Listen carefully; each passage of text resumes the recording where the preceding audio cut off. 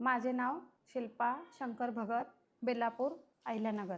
माझी मुलगी, माझे नाव सौ कावेरी महादेव गोरे, राहणार अहिल्यानगर। माझ्या मुलीची delivery doctor Vikhe Patil hospital इथे सिझेरियन पद्धतीने करण्यात आली। डिलिव्हरी कमी आठवड्यात करण्यात आली। तसेच तिला प्रेग्नन्सीमध्ये बीपीचा त्रास होता आणि डॉपलर स्कॅननुसार बाळाची पोटातील वाढ कमी झाली होती आणि बाळाच्या आईला प्रेग्नन्सीमध्ये बीपीचा त्रास होता।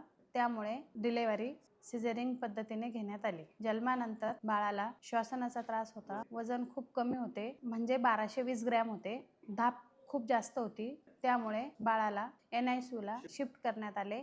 NICUला शिफ्ट केल्यानंतर बाळाला सीपॅक मशीनद्वारे ऑक्सिजन देण्यात आलं। बाळाच्या उजव्या पायाची वाढ कमी होती, त्याबद्दल काउन्सिलिंग करण्यात आले। रक्ताच्या तपासण्या पाठवण्यात आल्या, अँटीबायोटिक्स चालू करण्यात आले। तपासण्यामध्ये असे समजले की रक्तातील इन्फेक्शन आहे, त्यामुळे आणखी हायर अँटीबायोटिक्स देण्यात आले।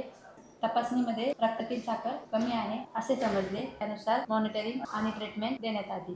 तपासणीमध्ये बाळाच्या रक्तात प्लेटलेट्सचे प्रमाण कमी होते, प्लेटलेट्स बाळाला देण्यात आले। हृदयासाठीची औषधे चालू करण्यात आली। त्या दरम्यान बाळाचे पोट फुगलेले असल्यामुळे बाळाला संडासला त्रास होत होता।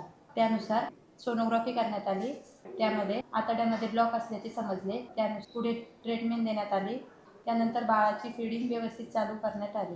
सुरुवातीला बाळाला नळीद्वारे फीड देण्यात आले। बाळाला पोटातील इन्फेक्शन असल्याचे सांगण्यात आले, त्यानुसार ट्रीटमेंट देण्यात आली आणि पोट व्यवस्थित साफ होण्यासाठी औषधं देण्यात आली। सप्लिमेंट्स चालू करण्यात आले आणि तोंडावाटे फीड चालू करण्यात आले। हळूहळू बाळाची धाप कमी झाली आणि बाळाला मशीनद्वारे ऑक्सिजन बंद करण्यात आले। पुढील तपासणीमध्ये बाळाच्या रक्तातील कॅल्शियमचे प्रमाण कमी असल्याचे समजले, त्यानुसार त्याचे परीक्षण करण्यात आले। इंजेक्शनद्वारे औषधं बंद करण्यात आले आणि हळूहळू औषधे तोंडावाटे सुरू करण्यात आले। कांगारू मदर केअर काउन्सिलिंग करण्यात आली। सध्या बाळ फीड व्यवस्थित घेत आहे आणि एकदम व्यवस्थित आणि स्टेबल आहे। श्वसनाचा त्रास, धाप कमी झालेली आहे। सध्याचे वजन 1300 ग्रॅम आहे। पोटाचा त्रास पूर्णपणे कमी झालेला आहे। रक्तातील हिमोग्लोबिनचे प्रमाण कमी होते, त्यामुळे रक्तही देण्यात आले।